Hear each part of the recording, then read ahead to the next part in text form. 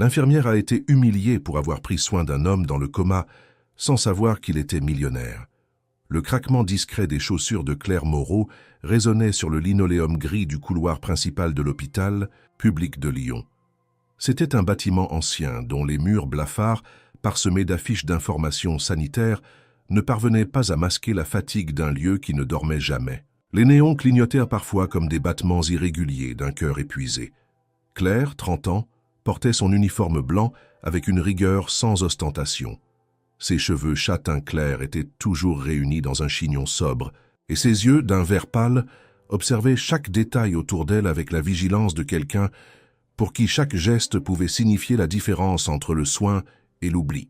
Elle n'était pas une infirmière comme les autres, disaient certains. Trop douce, trop engagée, trop humaine.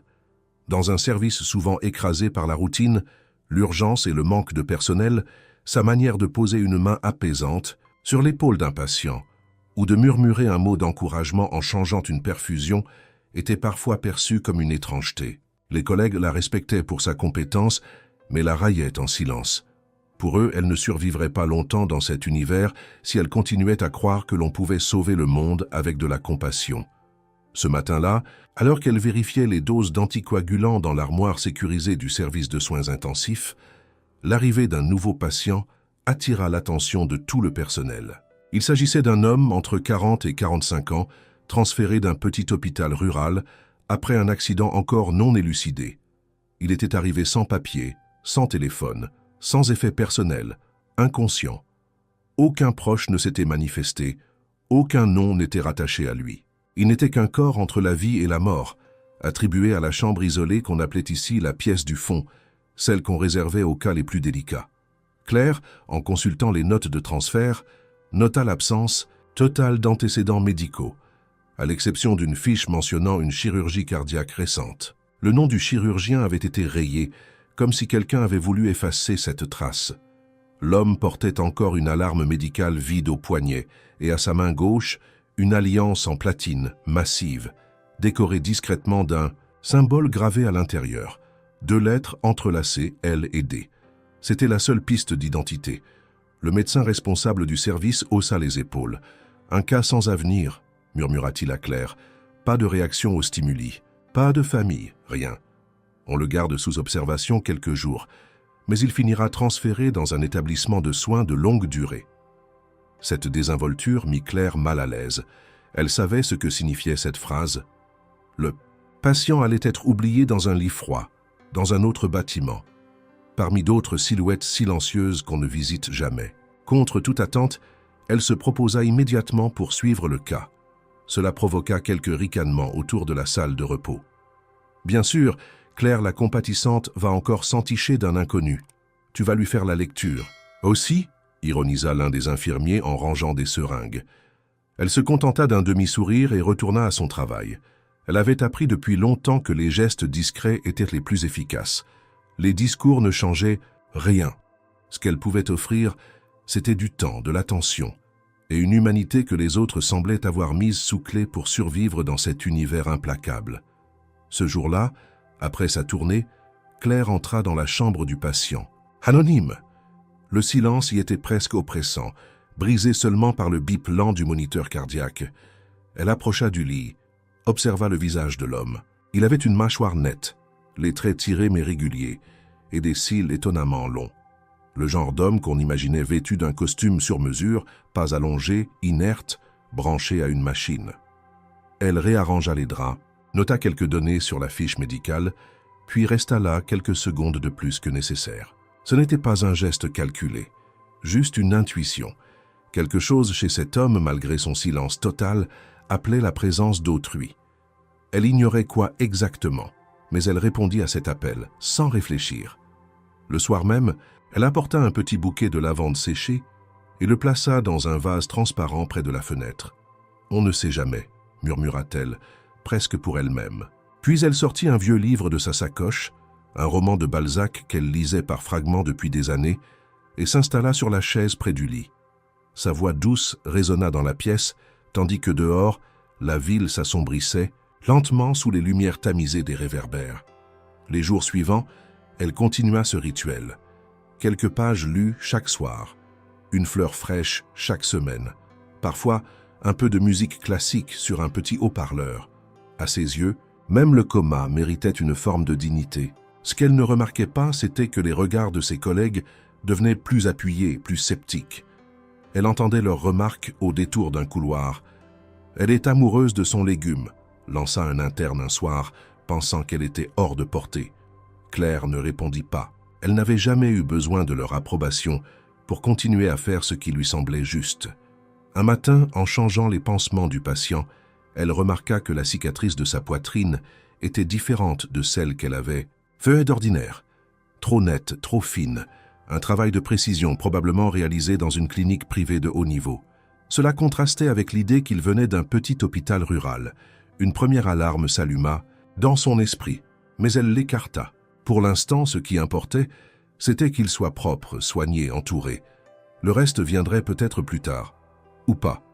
Ce qu'elle ignorait encore, c'est que ce patient sans nom, cette silhouette silencieuse que personne ne réclamait, allait bouleverser chaque centimètre de sa vie, chaque certitude qu'elle croyait acquise, chaque lien qu'elle entretenait avec le monde qui l'entourait. Et que tout commençait ici, dans cette chambre banale, avec un simple bouquet de lavande et la voix d'une femme lisant Balzac à un homme qui ne pouvait pas l'entendre. Du moins, c'est ce qu'elle croyait. Les jours passaient sans que le moindre signe de réveil n'apparaisse chez le mystérieux patient. Claire poursuivait pourtant, avec la régularité d'un métronome, ses visites silencieuses.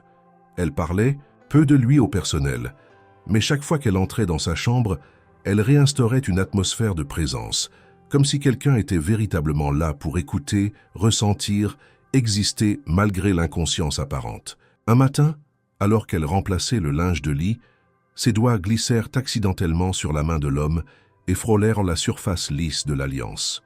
Le métal était froid, presque glacial, mais sa finesse et la gravure complexe suggéraient un bijou hors de prix. Ce détail qu'elle avait remarqué dès le premier jour commença à l'intriguer plus profondément. Quel genre d'homme portait une telle alliance, mais se retrouvait seul, inconnu, oublié sur un lit d'hôpital public, sans personne pour réclamer sa présence. En observant plus attentivement les bras du patient, elle remarqua d'autres, signes discrets, que personne ne semblait avoir relevés. Une légère pigmentation sur la clavicule droite, semblable à une vieille ecchymose, et des cicatrices précises à peine visibles, symétriques, comme issues d'un protocole médical, rare. Chaque élément renforçait le sentiment étrange que cet homme n'était pas un patient ordinaire. Mais plus elle manifestait d'intérêt, plus elle attirait les regards ironiques de ses collègues. Dans la salle de pause, les conversations commencèrent à se teinter de sarcasme mal dissimulé. « Notre infirmière a trouvé un prince charmant », souffla une aide-soignante en versant du café. « Elle croit peut-être qu'en lui racontant des poèmes, il va se lever et l'embrasser. » Les rires étouffés ne manquèrent pas de résonner, mais Claire, habituée à ces humiliations sourdes, resta impassible. Pourtant, l'atmosphère changeait. Ce n'était plus une simple raillerie. On parlait désormais d'elle avec une forme d'exaspération croissante, comme si son dévouement devenait une provocation. Un soir, après son service, elle apporta un petit lecteur audio dans la chambre. Elle avait sélectionné quelques morceaux de musique classique. Satie, Debussy, Ravel. Des pièces douces, éthérées, capables selon certaines études de stimuler l'activité cérébrale chez les patients comateux. Elle régla le volume au minimum et plaça le petit appareil près de l'oreiller. Tandis que les notes s'égrenaient, elle observa attentivement le visage du patient. Aucun mouvement, aucun signe. Mais une conviction étrange la poussait à continuer. Il entendait quelque part, il sentait même s'il ne pouvait répondre. Lorsqu'un collègue découvrit le lecteur quelques jours plus tard, la réaction fut immédiate. « Tu crois vraiment qu'il a besoin de musique? Il n'a même pas de nom, Claire. Tu dépenses ton énergie pour un fantôme. » Elle ne répondit pas. Mais ce soir-là, elle comprit que ses gestes, auparavant tolérés, devenaient maintenant des anomalies dérangeantes. Un soir, en sortant de la chambre, elle surprit deux infirmières chuchotant dans le couloir. « Elle est obsessionnelle. On devrait en parler à la supervision, elle dépasse les limites. » Les mots la frappèrent plus durement qu'elle ne l'aurait cru.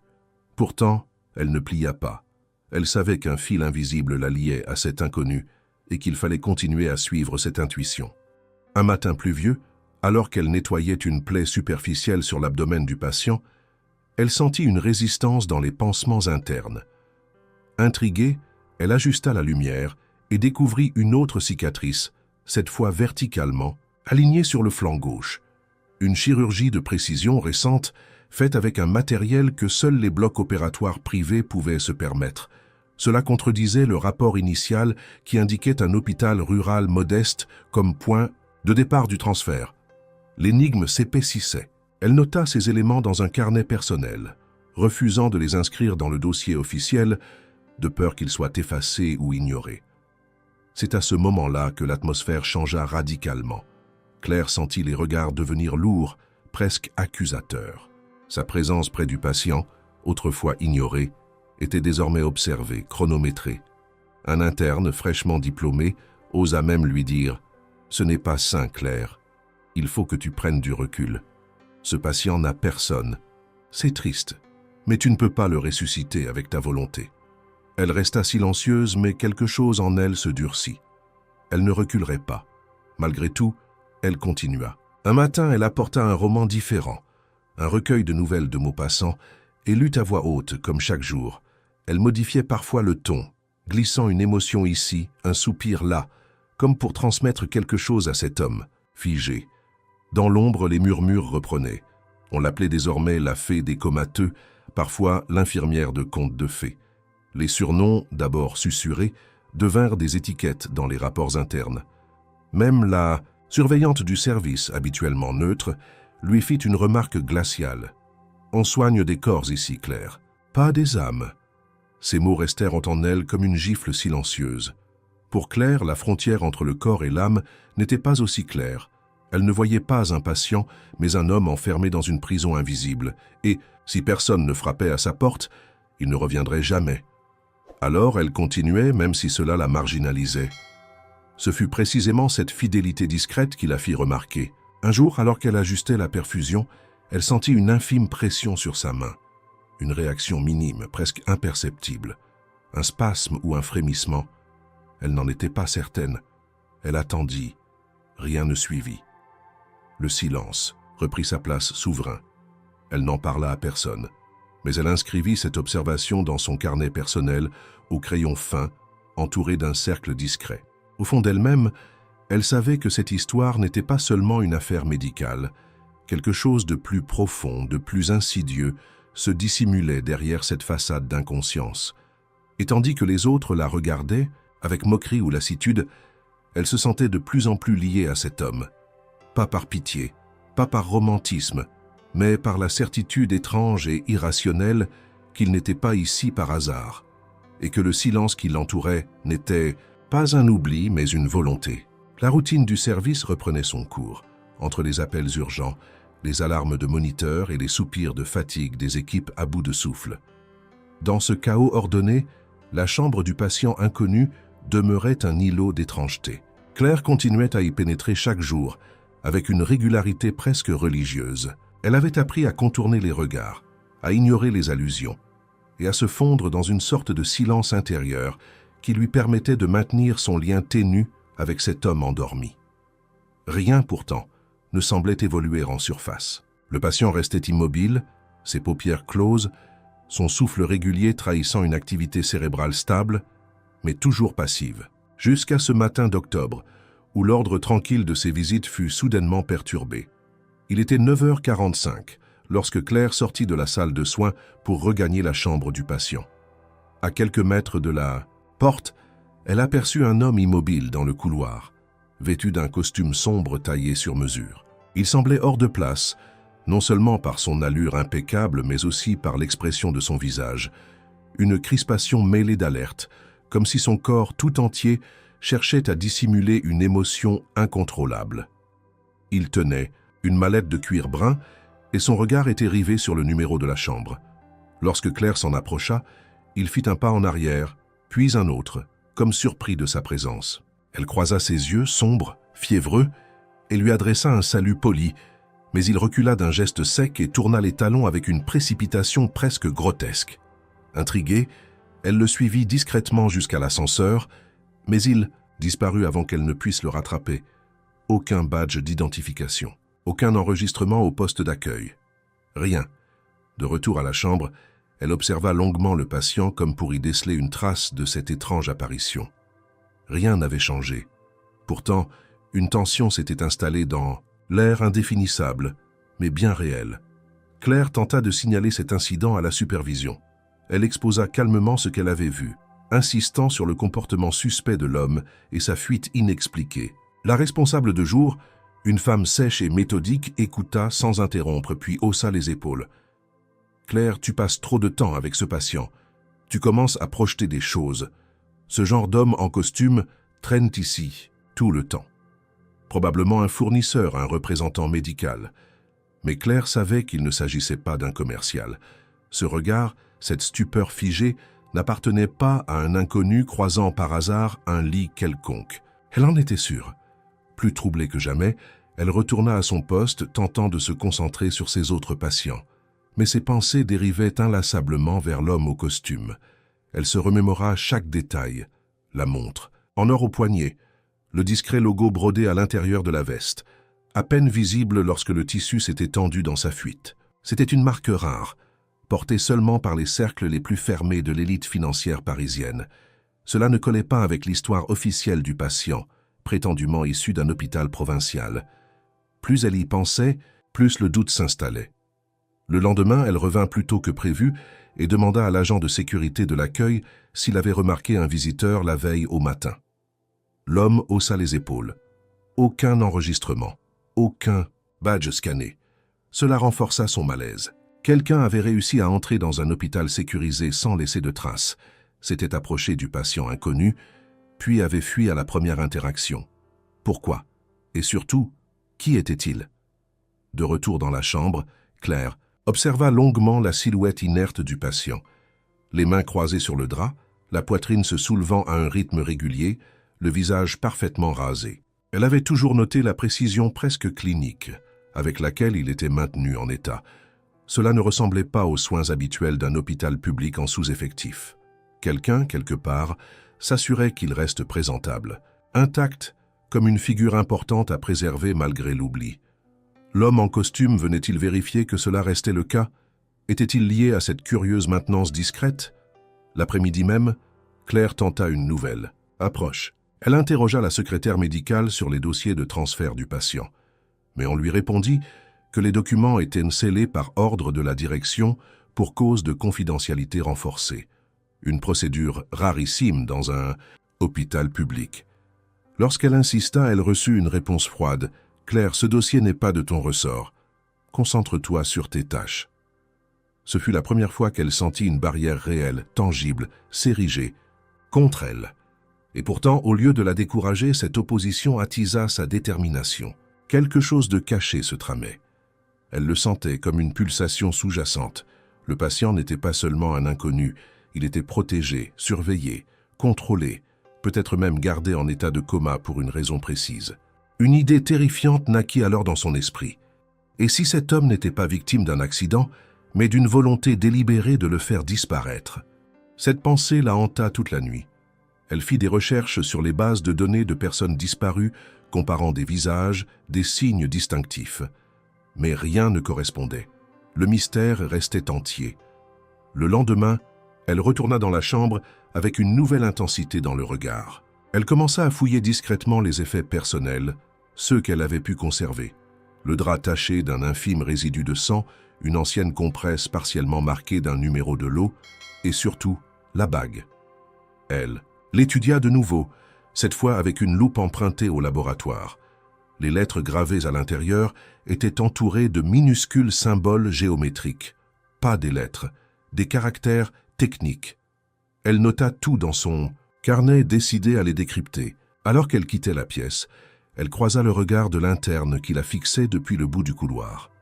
Il ne dit rien, mais son expression était différente, pas moqueuse, méfiante, comme s'il savait ou pressentait que Claire s'approchait trop près de quelque chose qu'elle n'aurait pas dû toucher. Un frisson la parcourut. Elle n'était plus seulement observée, elle était surveillée.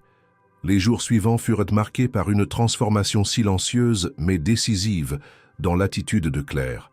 Ce n'était plus seulement l'intuition d'une infirmière attentive qui la guidait, mais une suspicion tenace, enracinée par les détails accumulés et par le regard paniqué de l'homme en costume. Elle commença à organiser ses quarts de travail avec plus de stratégie, utilisant ses pauses pour consulter les archives numériques internes, prétextant des vérifications de routine ou des mises à jour de protocole. Elle savait que ces actions frôlaient les limites de l'autorisation, mais quelque chose en elle refusait de s'arrêter.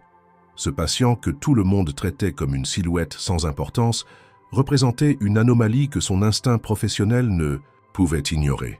Un après-midi, après avoir terminé la surveillance d'un traitement sous perfusion, Claire prit l'ascenseur jusqu'au sous-sol, où étaient archivés les anciens formulaires de transfert et les rapports d'ambulance. Elle fouilla parmi les boîtes classées par date, cherchant celles correspondant au jour où l'homme avait été admis. Après presque une heure, elle mit la main sur une enveloppe contenant un rapport partiel, un transfert urgent, sans consentement signé, ordonné par un établissement rural dont le nom avait été biffé à l'encre noire. Ce détail, étrange, en soi, trahissait une volonté manifeste d'effacer les origines du dossier. À la fin du rapport, une signature illisible et un tampon médical sans identification claire confirmaient ses soupçons. Ce patient n'était pas un cas standard. Il avait été introduit dans le système par une porte dérobée.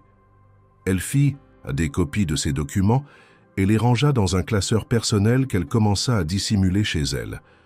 Ce fut le début d'un double quotidien. D'un côté, la routine de soins, les bilans, les toilettes médicales et les procédures de surveillance. De l'autre, la traque lente d'une vérité cachée derrière des rideaux administratifs opaques.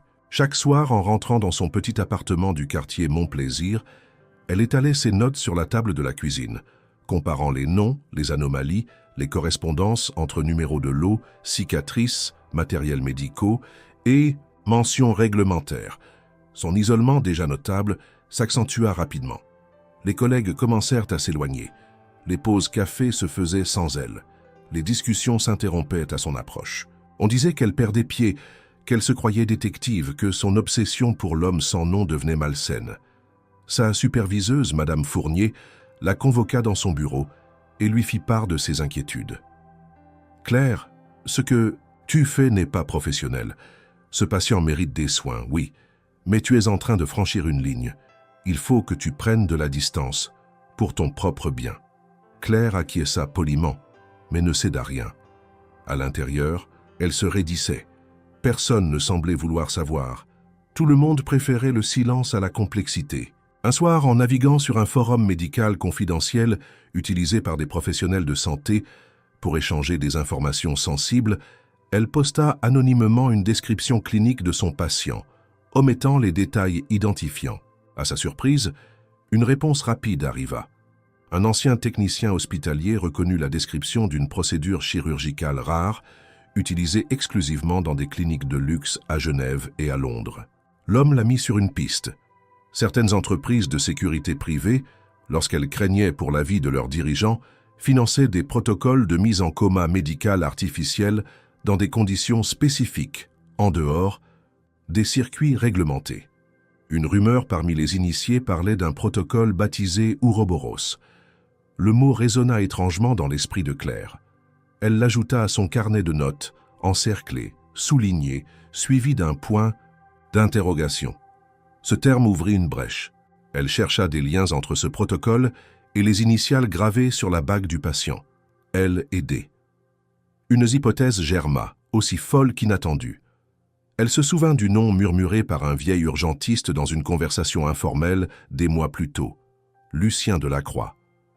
Un maquia de la sécurité numérique, porté disparu 3 ans auparavant, après avoir vendu son empire technologique pour une somme astronomique, avant de disparaître dans le silence le plus total.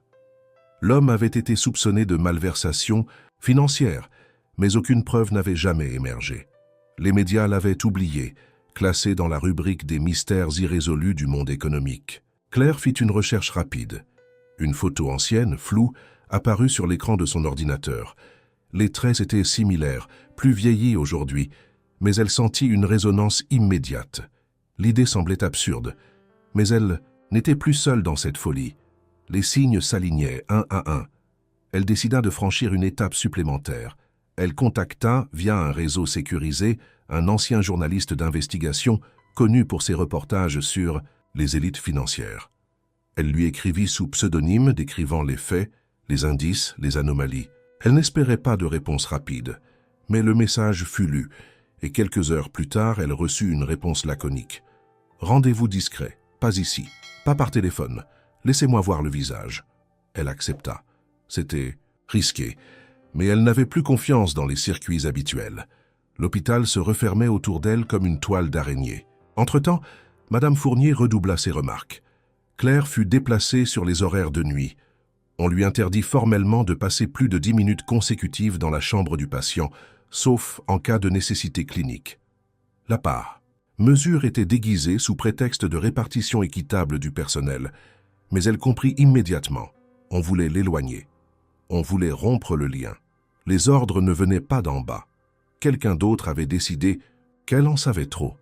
Mais Claire, désormais, ne suivait plus les règles imposées. Elle travaillait en silence, respectait les apparences, mais chaque nuit, elle trouvait un moyen d'approcher la chambre, une fois sous prétexte de surveiller les constantes, une autre pour réajuster une perfusion.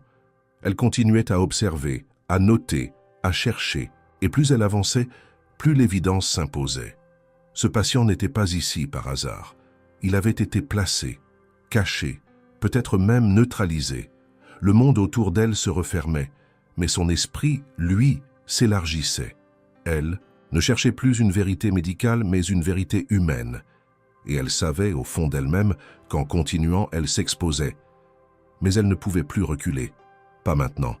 Pas après tout ce qu'elle avait vu. Le vent froid de novembre s'insinuait dans les moindres interstices de l'hôpital, poussant les fenêtres à grincer comme des soupirs fatigués.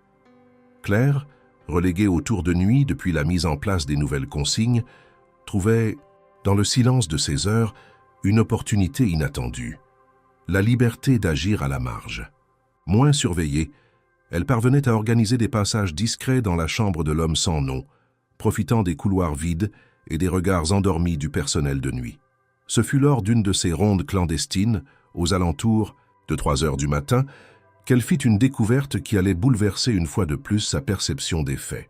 Alors qu'elle nettoyait la peau du patient pour changer les pansements liés à son ancienne opération thoracique, son regard fut attiré par une légère irrégularité à l'intérieur du bras gauche, juste au-dessus du coude. Ce n'était ni une cicatrice, ni une trace de piqûre habituelle, mais une sorte de tatouage discret, presque invisible à l'œil nu, constitué de chiffres et de lettres en minuscules, dans une typographie technique, comme gravée par une machine de précision. Elle approcha une petite lampe et observa. La peau portait la mention C8704LLD. Ce n'était clairement pas un tatouage esthétique, mais un marquage à finalité fonctionnelle, probablement utilisé dans des contextes industriels ou scientifiques. Ce code, cette suite étrange éveilla une intuition foudroyante. Elle nota la séquence dans son carnet, referma soigneusement la chemise du patient, puis quitta la chambre sans bruit. De retour à son poste, elle profita d'un moment de répit pour interroger plusieurs bases de données via des forums sécurisés auxquels elle avait accès. Après plusieurs tentatives infructueuses, elle tomba sur un ancien document technique datant de plus de 15 ans, appartenant à une entreprise française disparue depuis longtemps. Sentinellis, une société spécialisée dans les systèmes de sécurité biométrique avancée. Le code qu'elle avait trouvé correspondait à une série de dispositifs expérimentaux implantés dans le cadre d'un programme de protection d'élites financières, programme abandonné après une série de scandales juridiques et la vente de l'entreprise à un consortium étranger. Cette coïncidence renforça son malaise.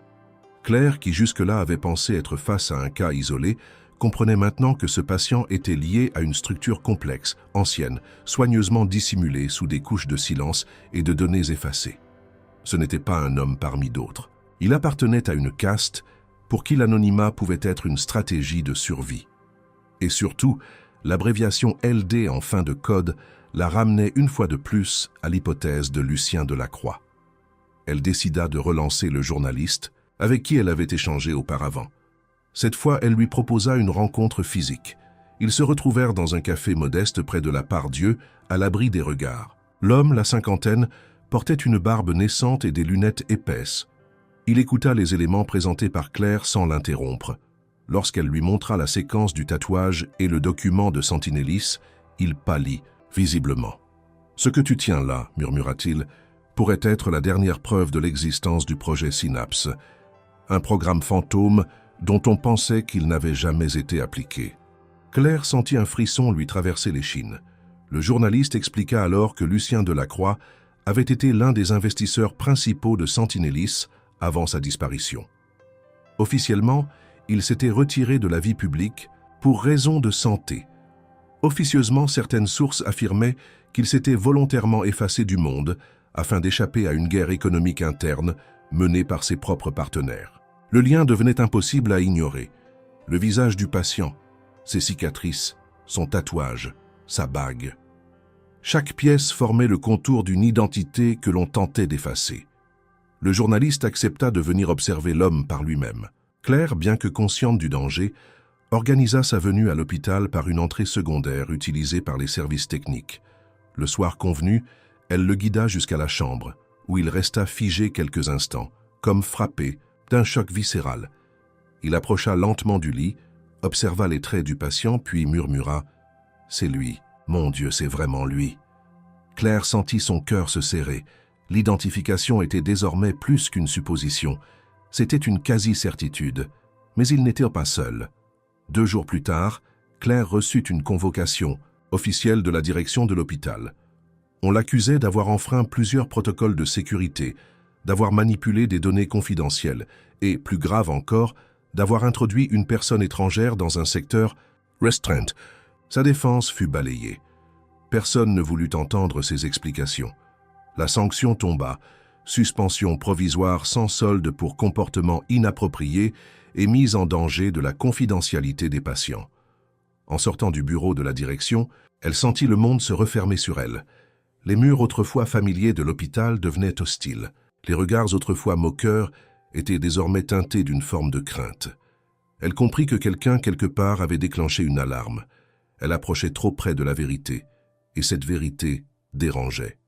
Le soir, même, elle tenta de se connecter au dossier médical du patient depuis chez elle, mais son accès avait été révoqué. Pire encore, elle apprit par une collègue que tous les documents associés au patient avaient été retirés du système, transférés sous un nouveau numéro de code, inaccessible même au chef de service. La chambre avait été isolée. Des consignes spéciales avaient été données. Plus de visites non autorisées, pas de questions, pas de rapports. Claire, debout dans sa cuisine, observant le reflet de la lampe dans la vitre, comprit qu'elle était devenue une menace. Mais elle savait également que si elle arrêtait maintenant, cet homme serait perdu à jamais. Ce qu'on cherchait à faire, ce n'était pas seulement l'enterrer vivant dans un coma sans fin. C'était effacer sa mémoire, son histoire, son humanité. Elle se tourna alors vers le journaliste et lui demanda « Tu crois qu'on peut le sauver ?» Il la regarda longuement. « Si tu es prête à aller jusqu'au bout, oui.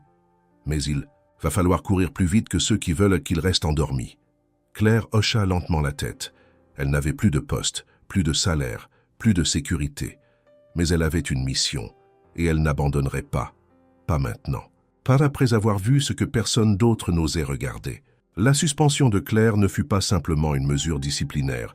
Ce fut une sentence d'isolement. En quelques heures, elle fut effacée du système de l'hôpital, comme si elle n'y avait jamais travaillé.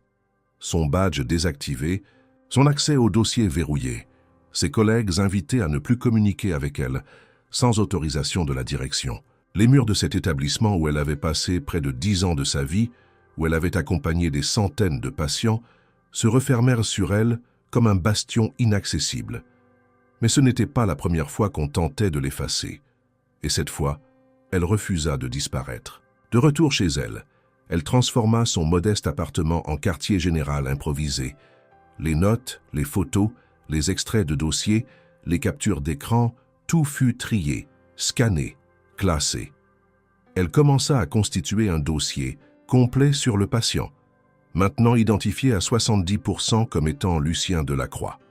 Le journaliste avec qui elle collaborait, désormais plus impliqué, lui apportait des données historiques, des anciens contacts du monde, de la sécurité privée, des informations sur les anciens actionnaires de Sentinellis et leurs manœuvres après la vente de l'entreprise. Ensemble, ils tracèrent les contours d'un complot de disparition volontaire, mais guidée par des intérêts puissants.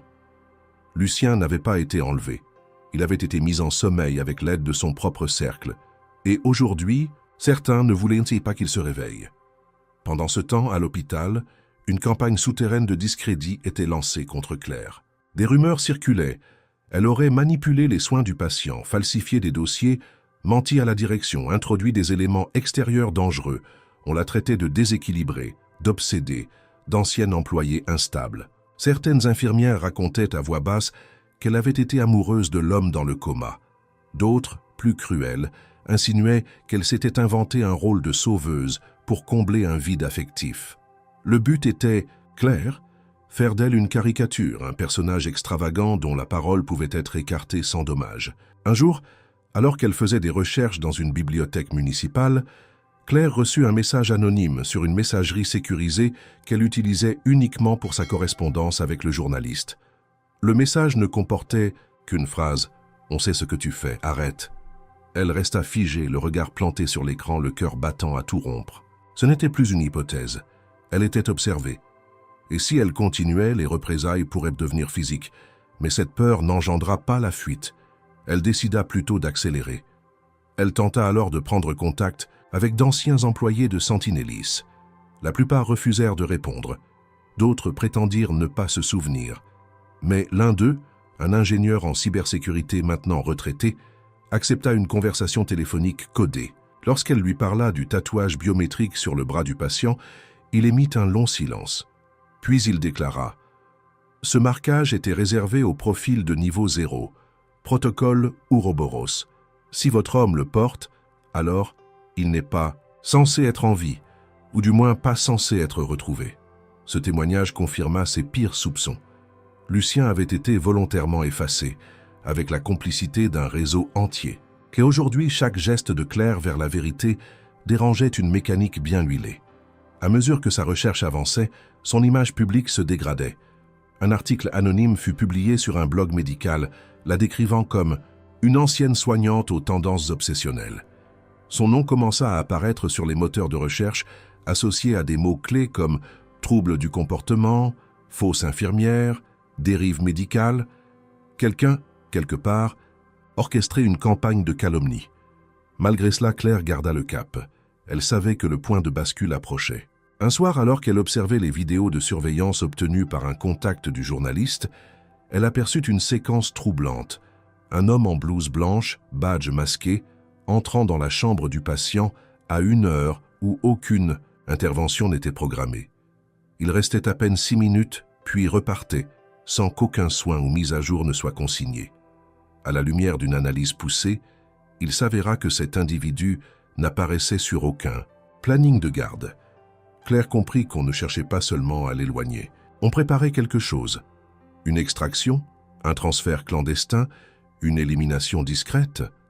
Tout était possible. Elle tenta alors de joindre une dernière fois une de ses anciennes collègues de confiance, Julie, une infirmière qu'elle avait formée. Après plusieurs tentatives, Julie accepta un rendez-vous dans un parc discret à la périphérie de la ville.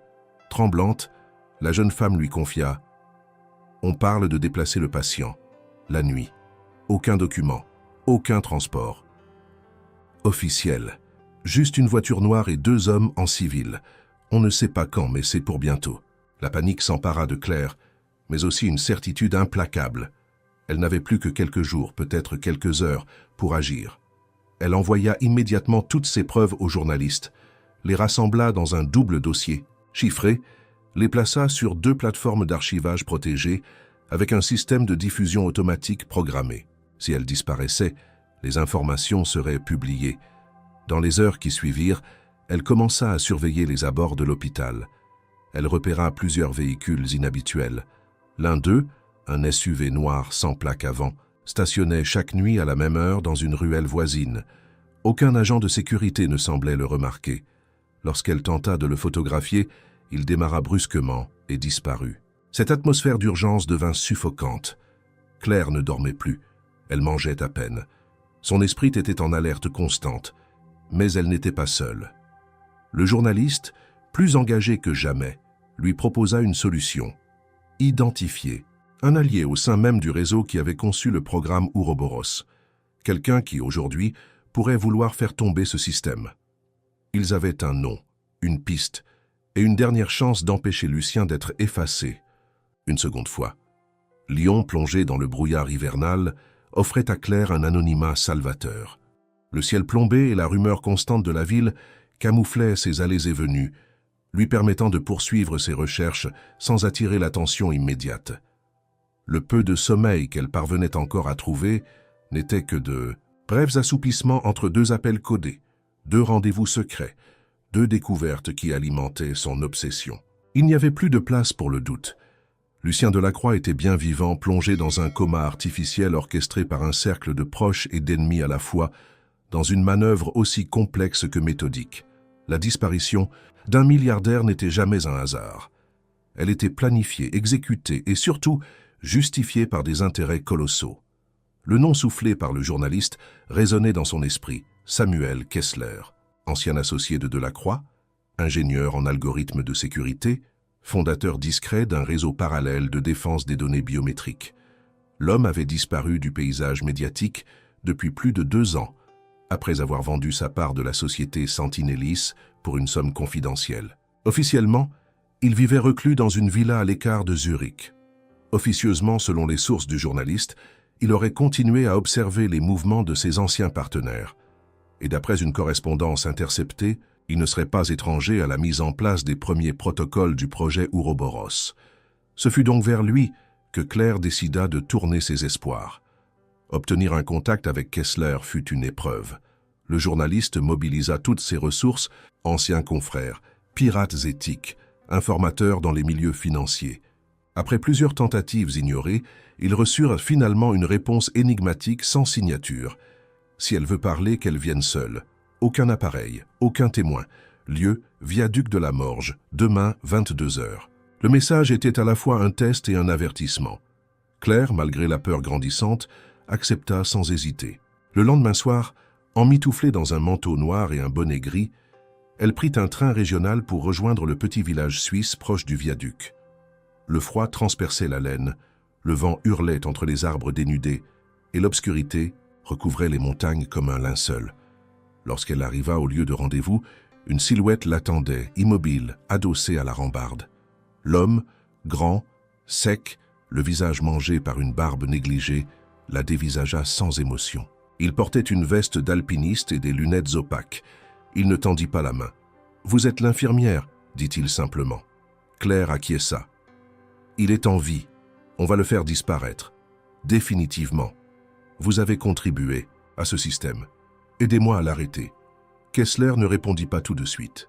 Il observa les arbres qui bordèrent la route, comme pour s'assurer qu'ils étaient seuls. Puis il murmura. « Vous ne comprenez pas à quoi vous avez mis les pieds. Ce n'est pas seulement de la croix. C'est un projet qui dépasse un seul. Homme, Ouroboros devait être une sécurité ultime. Ils en ont fait une prison. » Il lui tourna le dos quelques instants, puis revint avec une clé USB dissimulée dans une poche intérieure. Ceci contient le code source du système de veille, le programme qui maintient son état de coma. Une fois désactivé, le corps cherchera à sortir naturellement de la torpeur. Il peut mourir ou se réveiller. Vous devez l'utiliser directement sur l'appareil principal, dans sa chambre.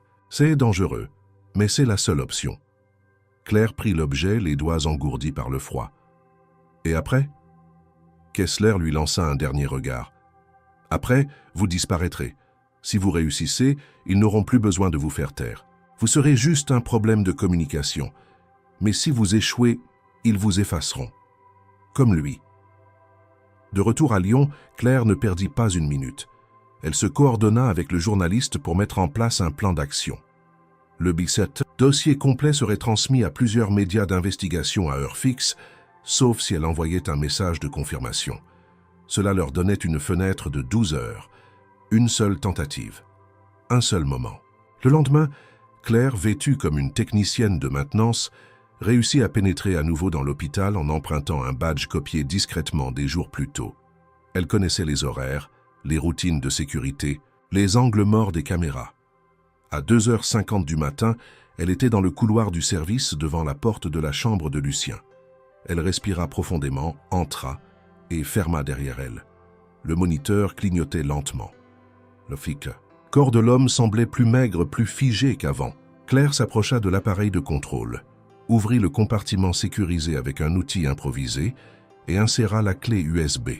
L'écran s'obscurcit brièvement, puis une série de lignes de code apparut. Le système entama une séquence d'analyse. Elle suivit les instructions laissées par Kessler. Désactivation de la surveillance invasive, relâchement progressif des inhibiteurs neuronaux. Une alarme silencieuse clignota, mais elle avait prévu ce délai. 30 secondes, pas plus. Elle murmura doucement, penchée vers le visage de Lucien. « Si vous m'entendez, c'est le moment. Vous devez revenir. » Le système émit un bip long, puis l'écran afficha « Statut, redémarrage cognitif en cours ». Elle savait que cela ne signifiait pas un réveil immédiat, mais c'était la première fissure dans le mur. Claire quitta la pièce sans se retourner, repassant par les mêmes couloirs vides. Le plan avait fonctionné. Reste à savoir si Lucien répondrait à cet appel. Dans les jours qui suivirent, elle observa de loin à travers les contacts que le journaliste entretenait encore dans l'hôpital. Le service restait muet, aucun changement visible, aucun transfert annoncé. Mais une tension était palpable. Quelque chose s'était passé. Et le système, cette machine invisible et tentaculaire, avait été secoué. Elle attendit, prête à agir à nouveau, car la prochaine étape ne dépendait plus d'elle seule, mais de la volonté de cet homme, enfoui dans les limbes, de briser son propre oubli. Le silence qui suivit l'infiltration de Claire dans la chambre de Lucien fut plus assourdissant que le fracas de n'importe quelle alarme. Durant 48 heures, aucune information ne filtra. Ni du personnel resté à l'hôpital, ni de Julie, l'infirmière complice, ni du journaliste, dont les relais au sein de la presse semblaient soudainement injoignables. Tout était figé. L'hôpital, comme un organisme blessé, s'était replié sur lui-même, refermant ses couches sur la blessure invisible que Claire y avait infligée. Elle attendait, le souffle suspendu, observant les actualités, consultant ses messageries cryptées, recevant les mêmes réponses, rien à signaler. Et pourtant, elle le sentait. Ce calme n'était pas naturel. C'était un calme construit, imposé, maintenu de force pour empêcher quelque chose d'éclater. C'est au matin du 3e jour que le coup tomba.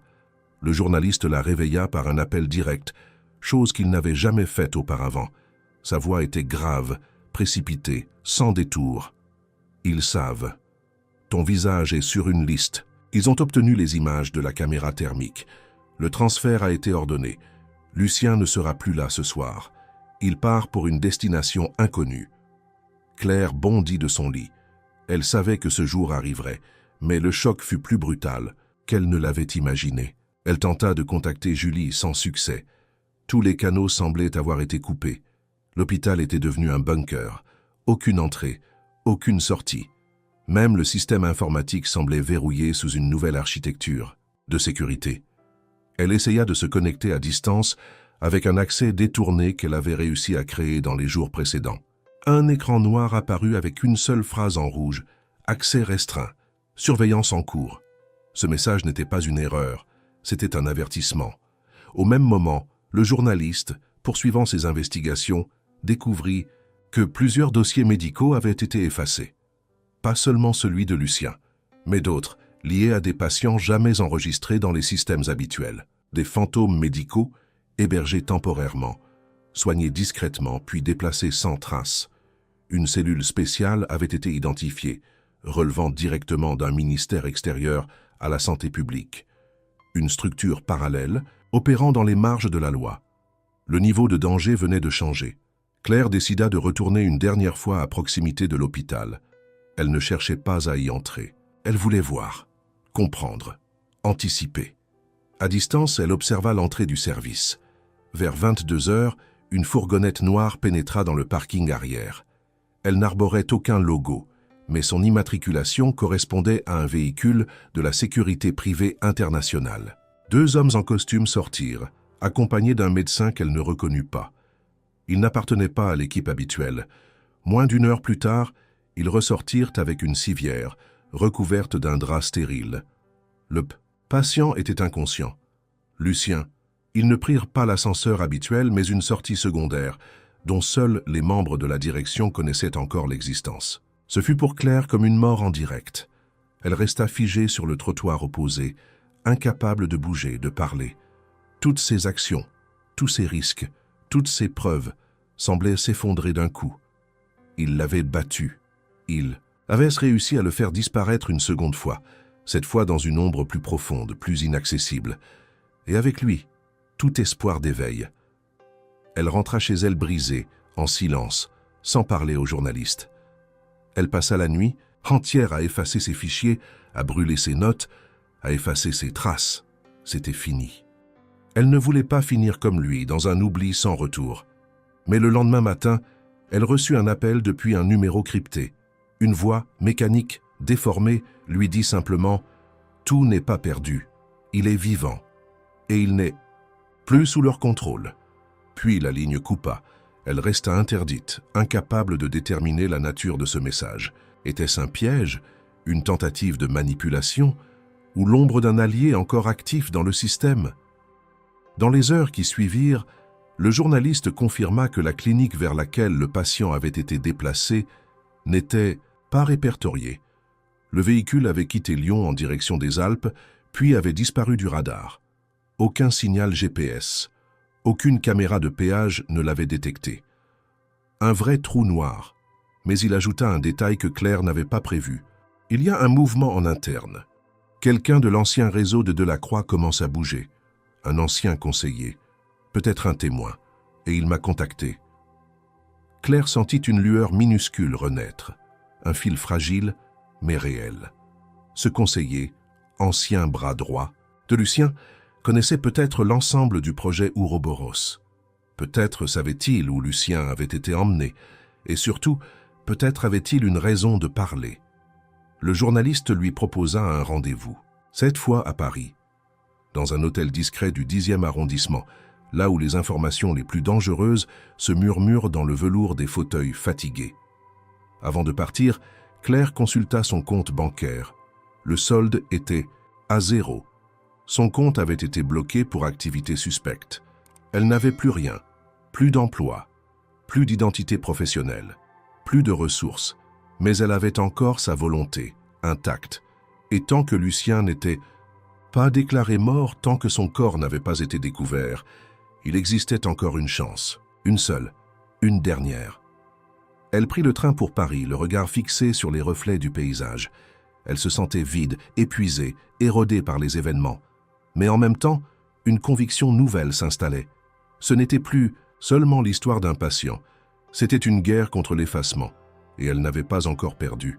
Le train filait à vive allure vers Paris, et dans le reflet de la vitre, Claire observait non pas son propre visage, mais celui d'une femme qui lui semblait désormais étrangère. Ses traits étaient creusés par les nuits sans sommeil, ses yeux cernés par une vigilance constante, et ses mains tremblaient légèrement chaque fois qu'elle saisissait son téléphone. Pourtant, derrière cette silhouette usée par la lutte, subsistait une lucidité intacte. Elle savait que cette rencontre à venir ne serait pas simplement une étape de plus. C'était peut-être la dernière avant l'implosion d'un système dont elle ne mesurait encore qu'une fraction. À pas son arrivée, elle traversa Paris sous une pluie fine, ses pas résonnant sur les trottoirs brillants.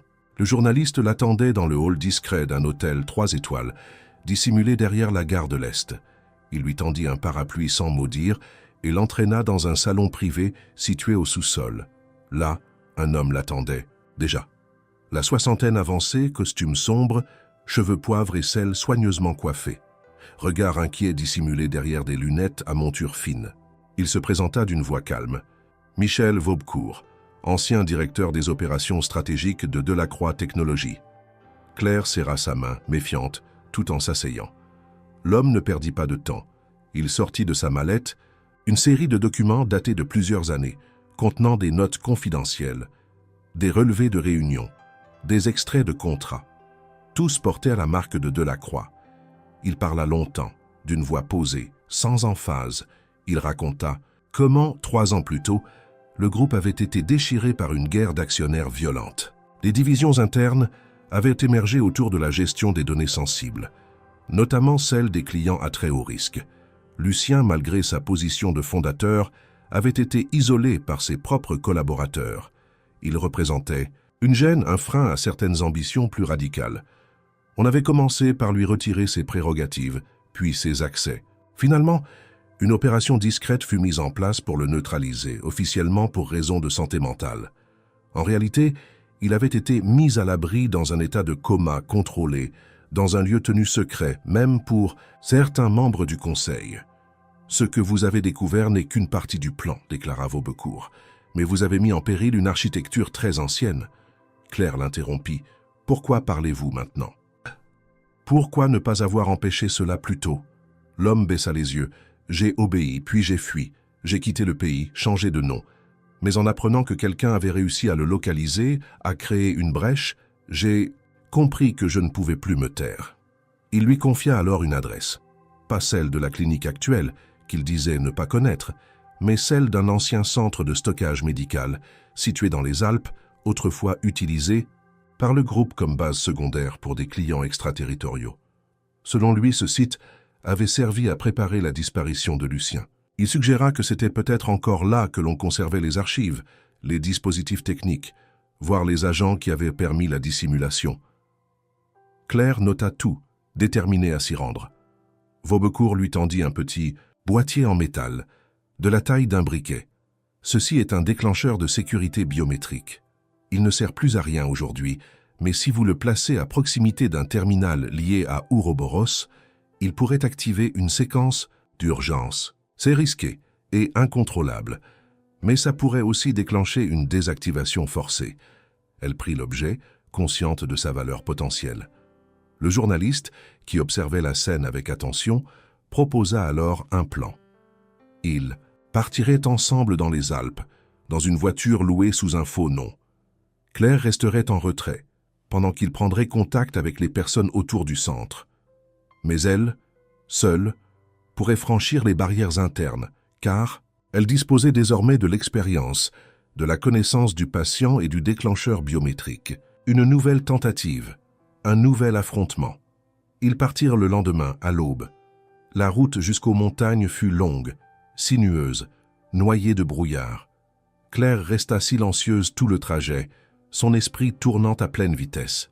Elle se remémorait chaque détail. Le regard de Lucien dans son coma, la température de sa peau, le rythme irrégulier de son cœur les jours où elle avait lu à son chevet.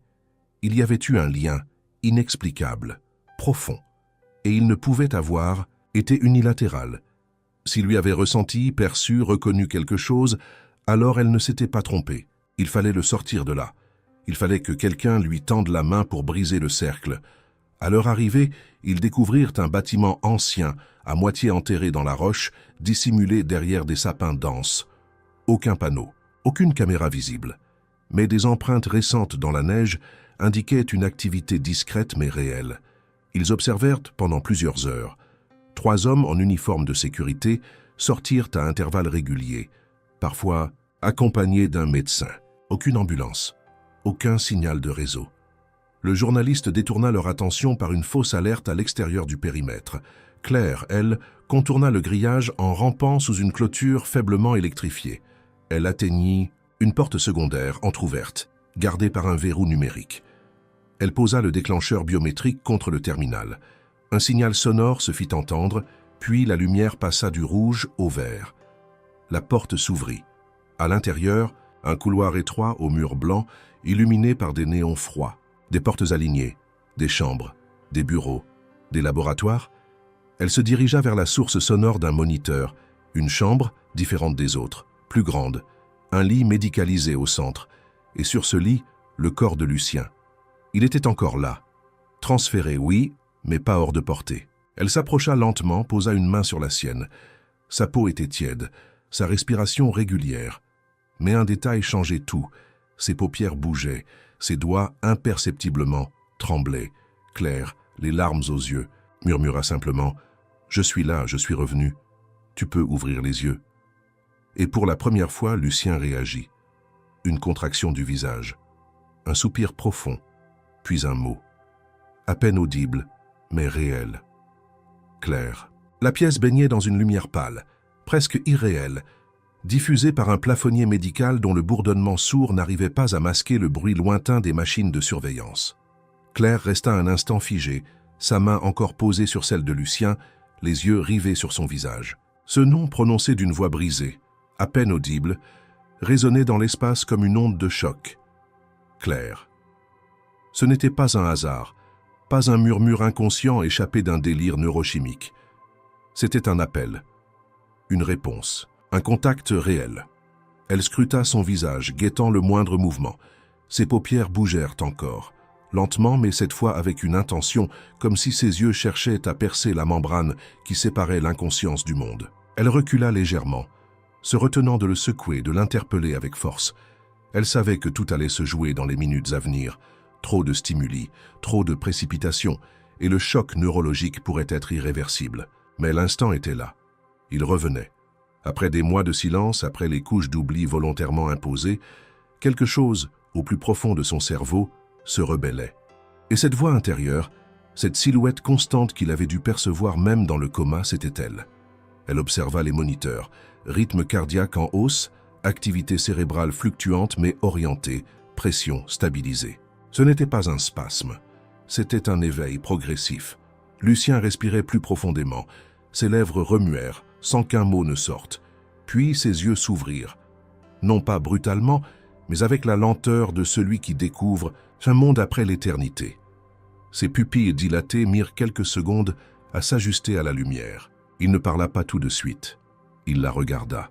Et dans ce regard, il y avait la reconnaissance, la confusion et une sorte de gratitude animale, brute, venue d'un endroit que ni les protocoles médicaux, ni les manipulations technologiques ne pouvaient atteindre. Claire sentit ses genoux céder. Elle s'assit, le cœur battant à tout rompre. Lucien, toujours muet, tenta de bouger les doigts. Il échoua, mais l'effort était là. Son regard se fixa à nouveau sur elle. Il cligna, des yeux plusieurs fois, comme s'il essayait de parler avec son regard.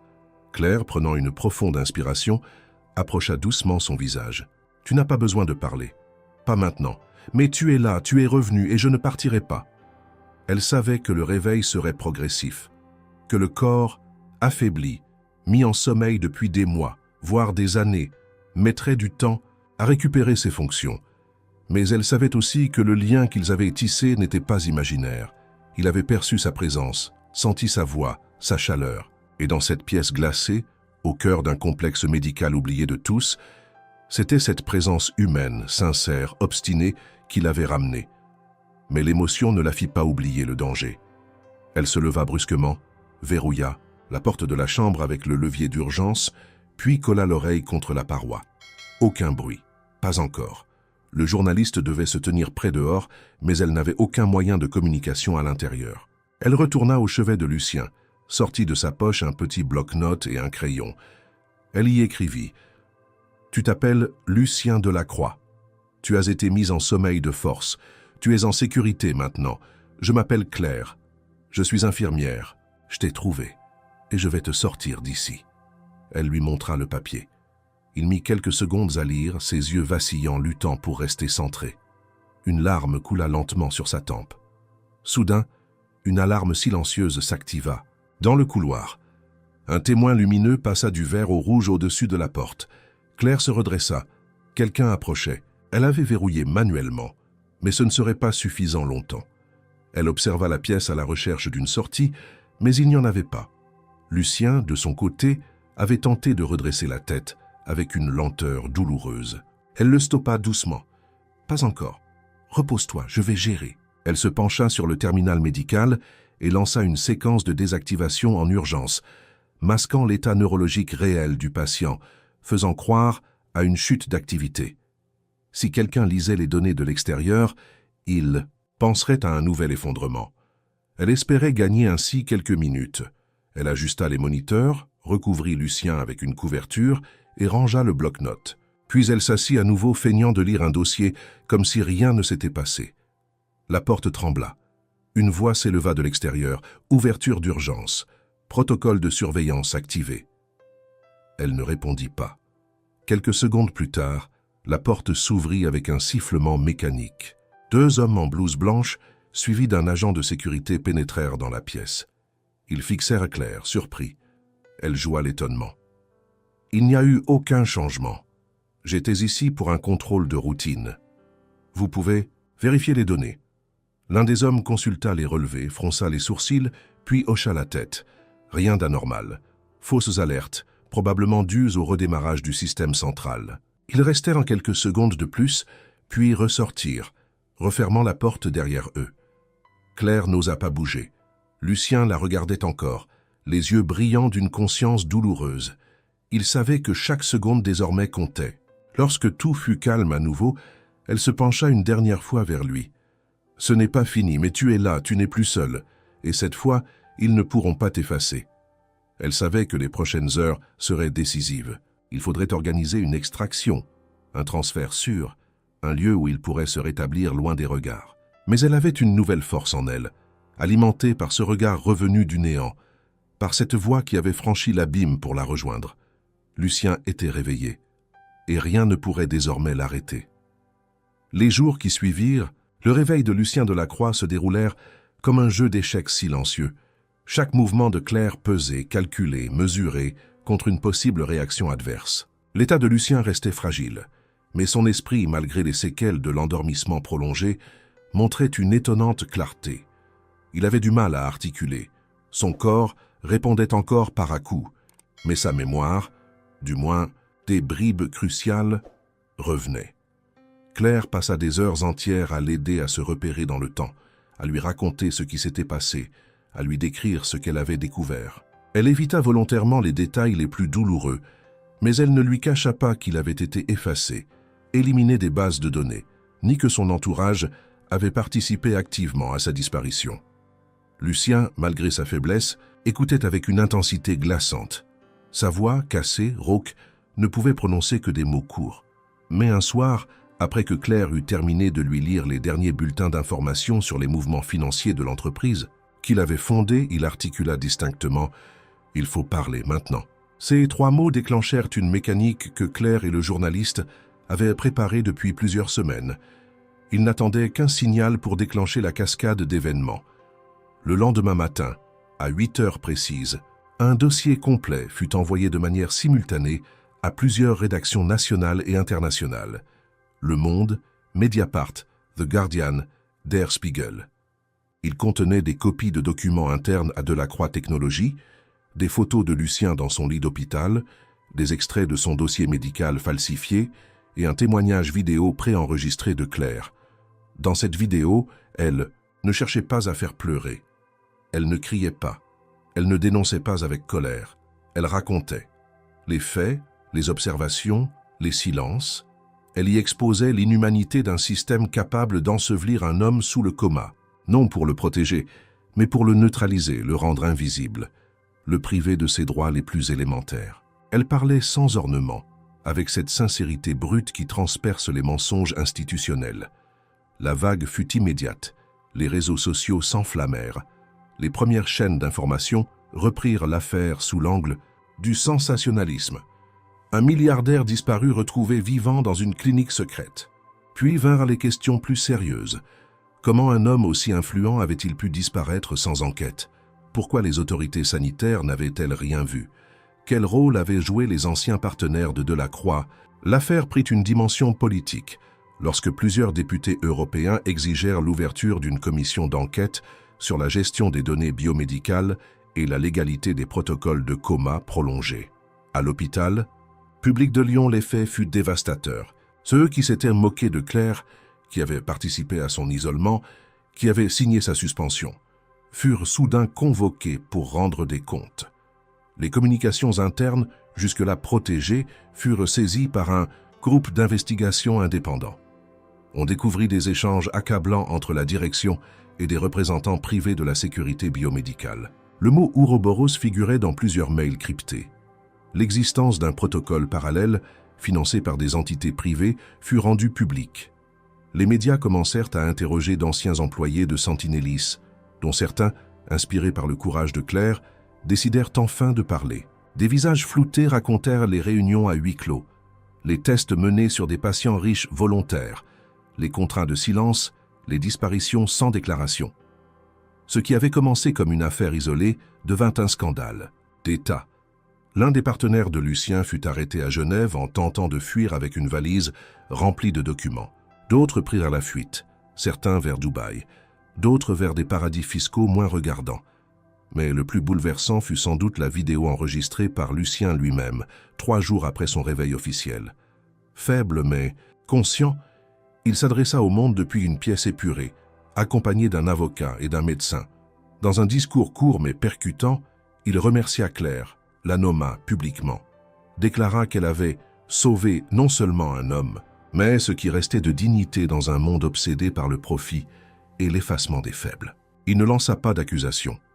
Il annonça simplement qu'il coopérerait avec les autorités, qu'il reprendrait part à la vie publique, non pas pour diriger une entreprise, mais pour dévoiler ce que l'on cache sous les couches glacées des protocoles secrets. Claire, submergée par la notoriété soudaine, reçut des centaines de messages de soutien, des anciens patients, des collègues de province, des inconnus, mais aussi des menaces, des avertissements anonymes. Elle fut placée sous protection temporaire par une cellule spécialisée en témoins civils. Elle ne répondit à aucun média, refusant les invitations au plateau, les sollicitations pour des livres ou des documentaires.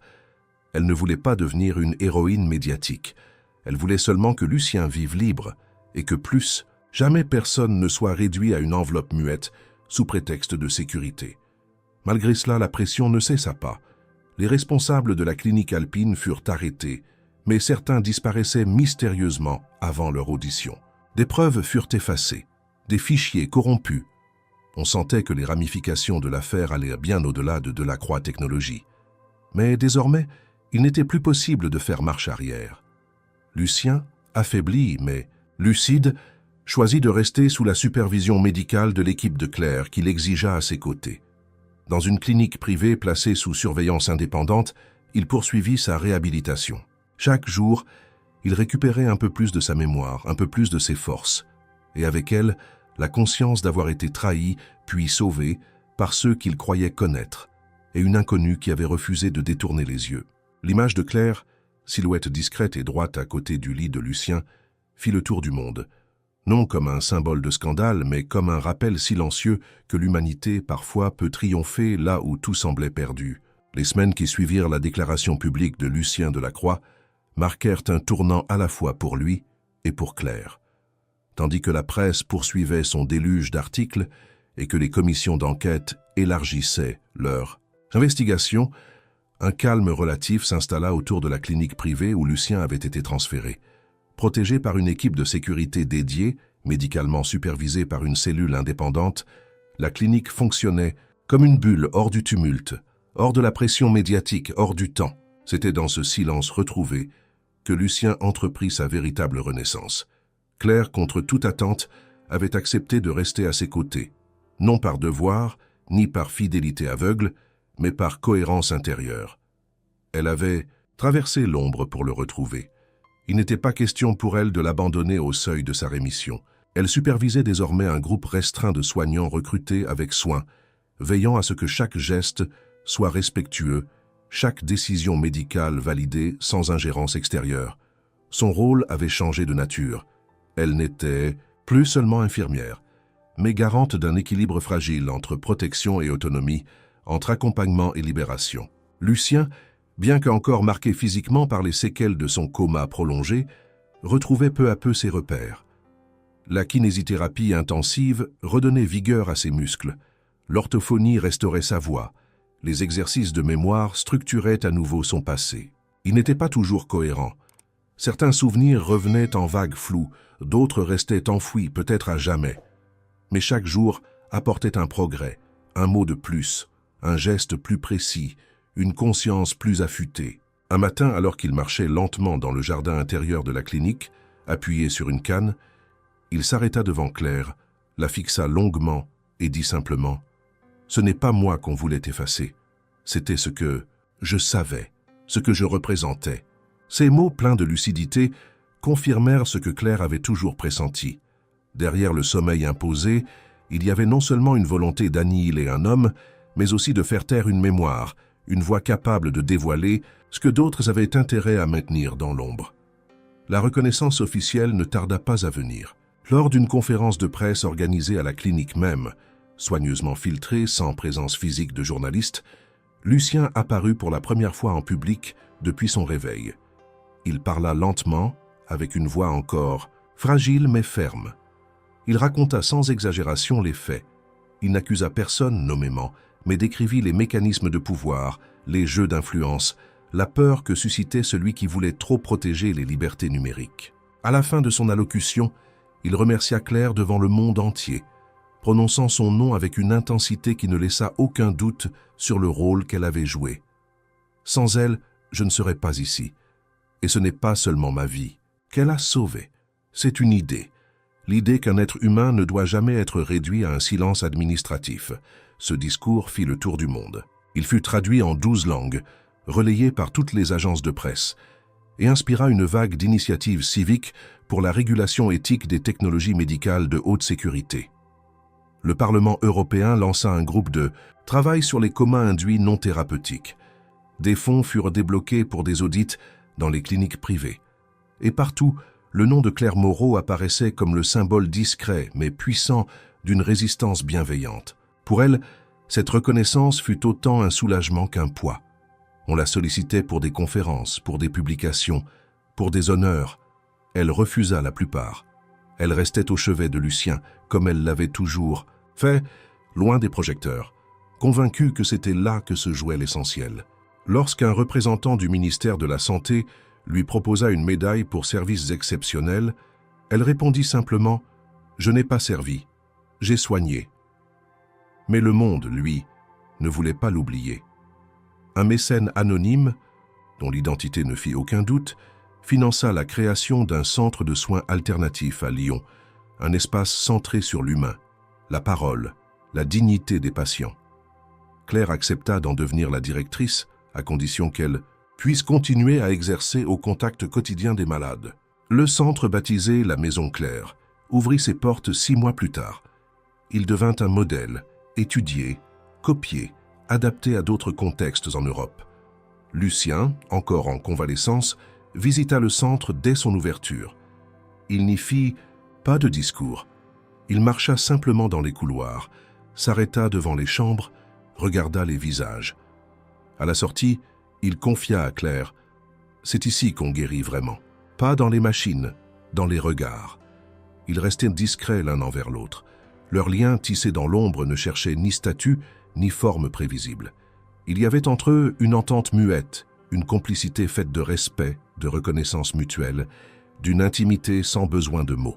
Ils ne formaient pas un couple au sens traditionnel, mais un tandem indissociable, chacun gardien de la reconstruction de l'autre. Un soir, alors que le ciel s'assombrissait sur Lyon, Claire s'arrêta sur la terrasse de la clinique.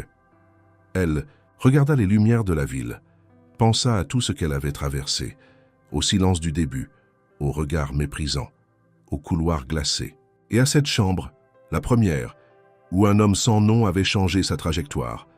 Elle ne regrettait rien. Pas un geste, pas une décision.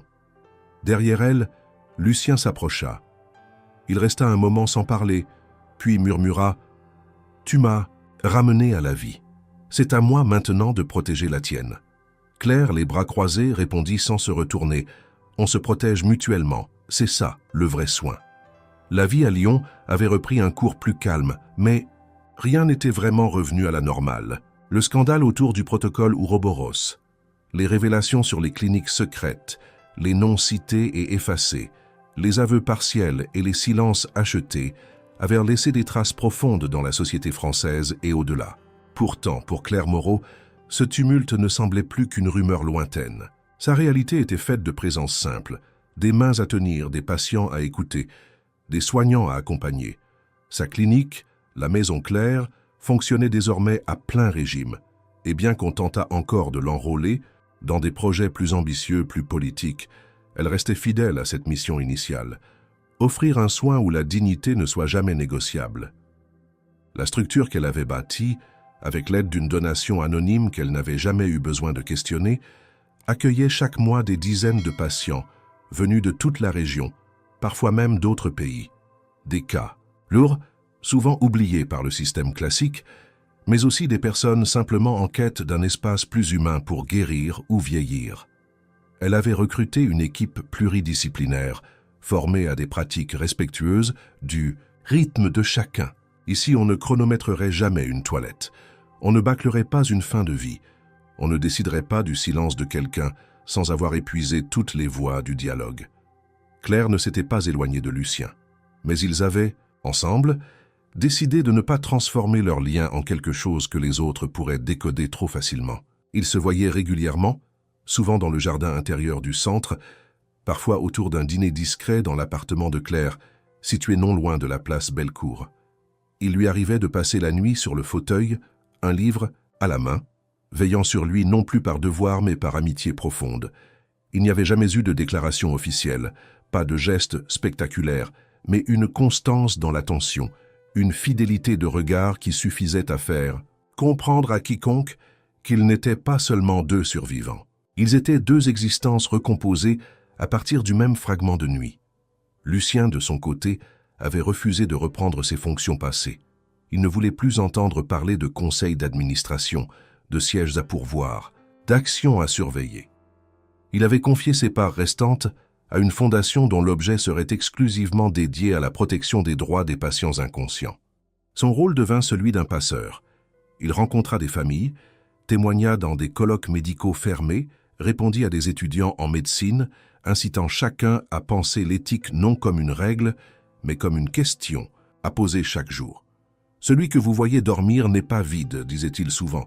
Il vous entend même si vous n'en savez rien. » Leur nom, pourtant, restait lié à l'affaire. On les évoquait ensemble dans des articles d'archives, des podcasts, des émissions spéciales. Claire s'y faisait. Elle n'aimait pas la notoriété, mais elle en acceptait l'utilité.